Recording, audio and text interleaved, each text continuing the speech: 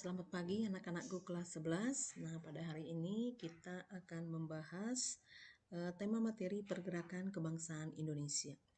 Nah, inti materi kita hari ini kita akan membahas apa faktor-faktor pendorong lahirnya pergerakan kebangsaan.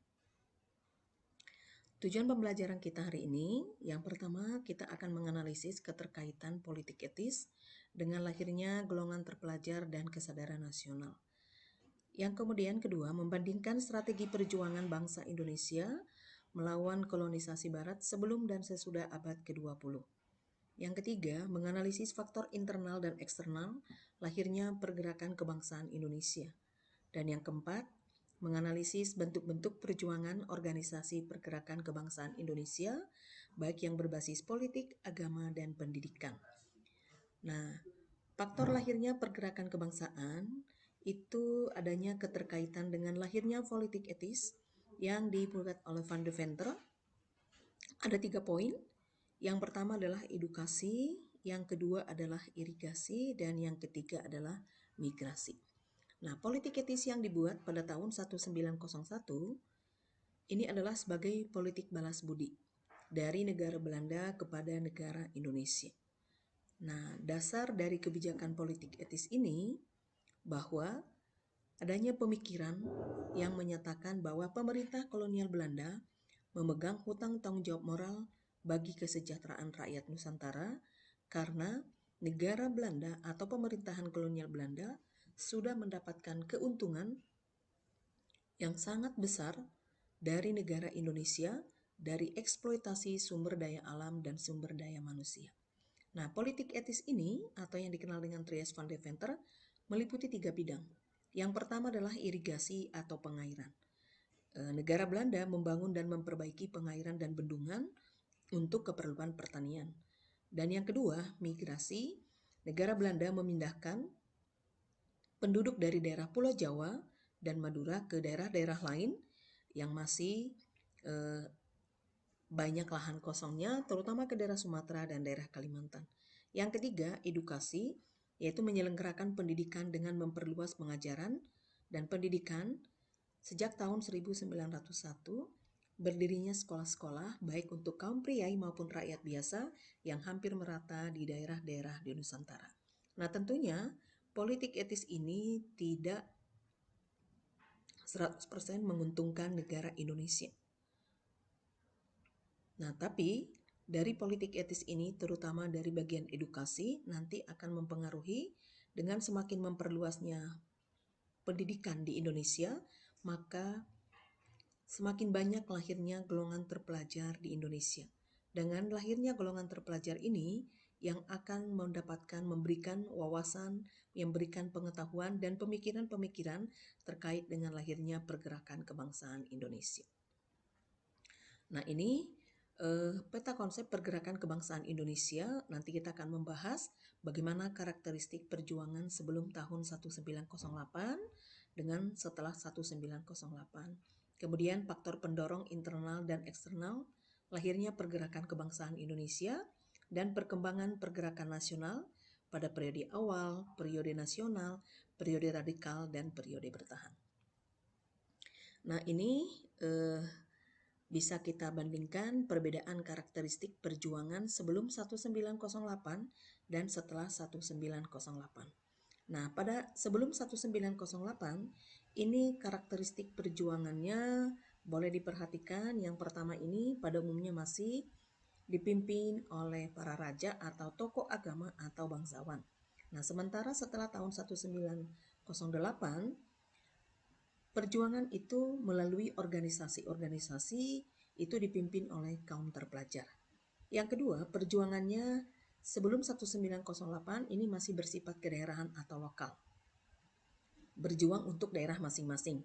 Nah, sementara setelah tahun 1908, perjuangannya lebih bersifat nasional dan sudah ada kerjasama antar daerah.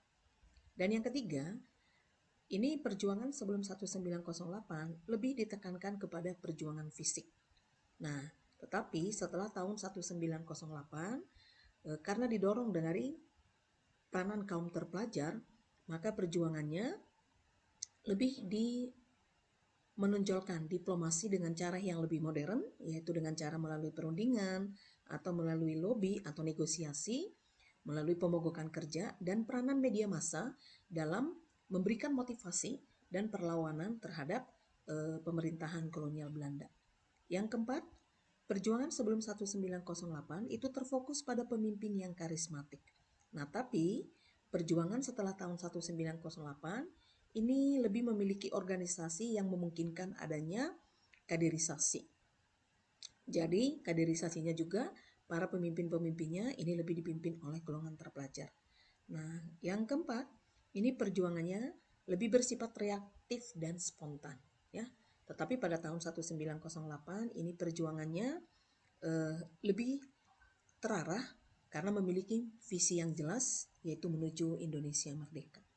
Nah, kita perhatikan yang ketiga, faktor pendorong internal dan eksternal lahirnya pergerakan kebangsaan Indonesia.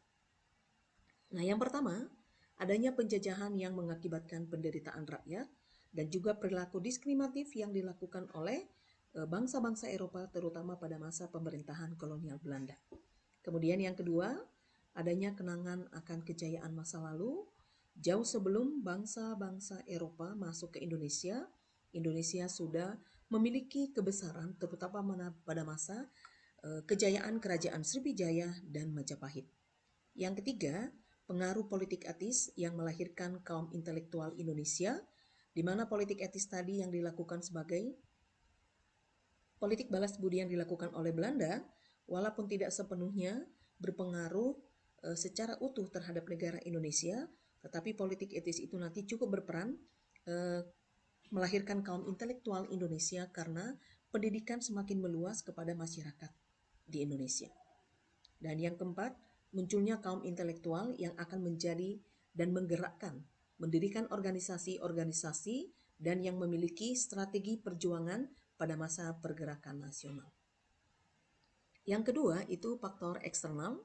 Nah, faktor eksternal ini adalah pergerakan nasional yang terjadi dari negara luar, terutama diawali dari kemenangan Jepang atas Rusia pada tahun 1905, yang memberikan kesadaran dan membangkitkan bangsa-bangsa Asia, termasuk Indonesia, untuk melawan bangsa-bangsa Barat. Nah, bangsa Jepang juga adalah salah satu dari Asia, ternyata bisa mengalahkan negara Rusia yang berasal dari negara Barat atau Eropa. Yang kedua, munculnya paham-paham baru di Eropa dan Amerika yang masuk ke Indonesia seperti paham liberalisme. Liberalisme itu adalah paham kebebasan setiap individu memiliki hak untuk mendapatkan kebebasan. Kemudian demokrasi, bahwa kedaulatan itu ada di tangan rakyat. Yang ketiga, nasionalisme itu adalah semangat cinta terhadap bangsa dan negara sendiri, dan sosialisme ini adalah perjuangan yang dilakukan secara bersama-sama, persatuan dan kesatuan yang akan mempercepat timbulnya nasionalisme Indonesia, sehingga seluruh daerah-daerah Indonesia ini bersatu untuk melawan penjajahan bangsa Eropa. Dan yang ketiga, kebangkitan negara Asia Afrika seperti gerakan nasionalisme Filipina yang bebas dari penjajahan Spanyol, kemudian gerakan nasionalisme Vietnam yang bebas dari penjajahan Prancis, dan gerakan nasionalisme Myanmar yang memerdekakan diri dari Prancis, ini akan memberikan gambaran dan motivasi bagi negara Indonesia, negara-negara lain di benua Asia dan Afrika juga mendapatkan hal yang sama, dijajah dan dikuasai oleh bangsa Eropa, maka negara Asia juga bisa melakukan hal yang sama, memerdekakan diri dan bebas dari penjajahan negara-negara Eropa. Nah, kita perhatikan apa yang membedakan perjuangan sebelum 1908 dan sesudah 1908. Nah, kita perhatikan ciri organisasi atau perjuangan pergerakan nasional itu, keanggotaannya tidak lagi didasarkan atas kelompok atau etnis tertentu, melainkan beberapa kelompok etnis. Kemudian, sebagian besar pemimpin pergerakan nasional itu berasal dari kalangan terdidik atau golongan intelektual. Dan yang ketiga, organisasi pergerakan nasional tersebut itu lebih memiliki visi atau tujuan yang lebih jelas. Dan yang keempat, organisasi pergerakan nasional memiliki paham kebangsaan atau nasionalisme, bukan lagi paham kedaerahan. Nah, ini adalah organisasi-organisasi pergerakan nasional. Ini ada organisasi periode awal, kemudian ada organisasi periode nasionalisme politik, ada organisasi periode radikal, dan ada organisasi periode bertahan. Nah, ini di organisasi periode awal ada organisasi Budi Utomo, kemudian Serikat Islam, Muhammadiyah. Dan yang kedua, ini organisasi periode nasionalisme politik, ada Indis Party, ada Gerakan Pemuda yang nantinya akan melahirkan Sumpah Pemuda dan Gerakan Perempuan. Dan yang ketiga itu organisasi periode radikal, ada Organisasi Perhimpunan Indonesia, ada Partai Komunis, ada Partai Nasional Indonesia, ada Partai Indonesia, ada Partai Nasional Indonesia Baru. Dan yang keempat ini periode bertahan, ada Organisasi Taman Siswa, Partai Indonesia Raya, dan Gabungan Politik atau yang dikenal dengan GAPI. Nah, minggu depan, pertemuan berikutnya, kita nanti akan membahas secara detail bagaimana gerakan-gerakan perjuangan yang dilakukan oleh melalui organisasi-organisasi ini oleh para tokoh-tokoh Indonesia pada masa pergerakan kebangsaan Indonesia. Nah, untuk pertemuan kita hari ini, Ibu cukupkan dulu sampai di sini. Sekian dan terima kasih. Jika ada materi yang Ibu sampaikan tadi yang belum dipahami atau kurang jelas, silakan ditanyakan. Sekian dan terima kasih.